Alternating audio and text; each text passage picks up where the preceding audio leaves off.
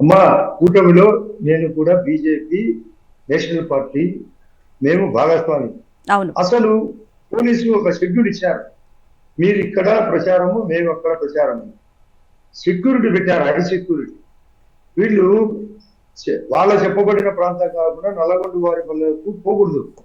పోవడమే కాకుండా మొన్న ఎవరైతే మా పార్టీలో జాయిన్ అయినారో, జాయిన్ అయిన వాళ్ళను మీరు ఎందుకు జాయిన్ అయినారు, మిమ్మల్ని తలకాయిస్తాం, మీ కుటుంబ సభ్యులను ఇబ్బంది పెడతాం, మీ కుటుంబాన్ని లేపేస్తాం, మీ ఇల్లు పేల్చేస్తాం, ఇలాంటి అద్భుతాలు విషయాలు వాళ్ళు దానికి తిరుగుబాటు చేశారు.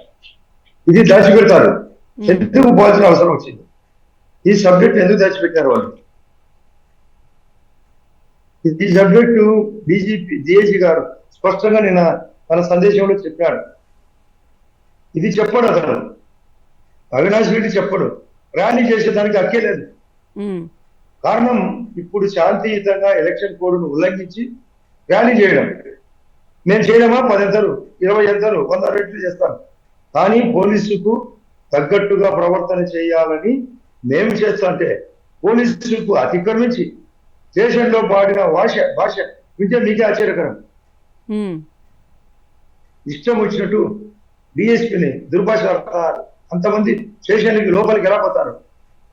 సబ్జెక్ట్కి అంటే మూకుమ్మడిగా దాడి చేసినట్టుంది. దాడి చేసినది వాళ్ళు, స్టేషన్లే దాడి చేసే మెంటాలిటీ వీళ్ళు. నిజాలు మాట్లాడతారా వాళ్ళు? నేను నిన్న కూడా ఒక డిబేట్ చెప్పినా, గతంలో మహిళలు ఉన్నది లేనట్లు, లేని ఉన్నట్లు అని మహాభారతం. కానీ నేటి భారతంలో వీళ్ళు అది పాటిస్తారు. ఉన్నది లేనట్లు, లేని ఉన్నట్లు ఇబ్బంది పెట్టేది వాళ్ళు పోలీసులను, ప్రజలను. ఎందుకు?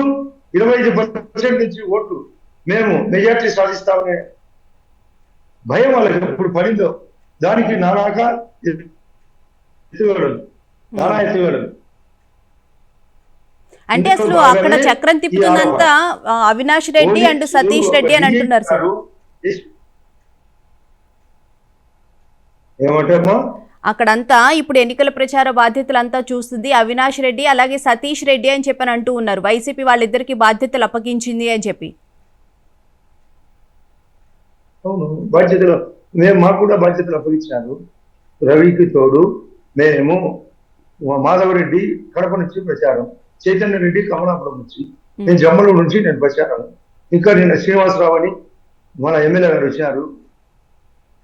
ఎందుకు రాము ప్రచారము? మేము ఏ ప్రచారానికి అందరికీ హక్కుంది.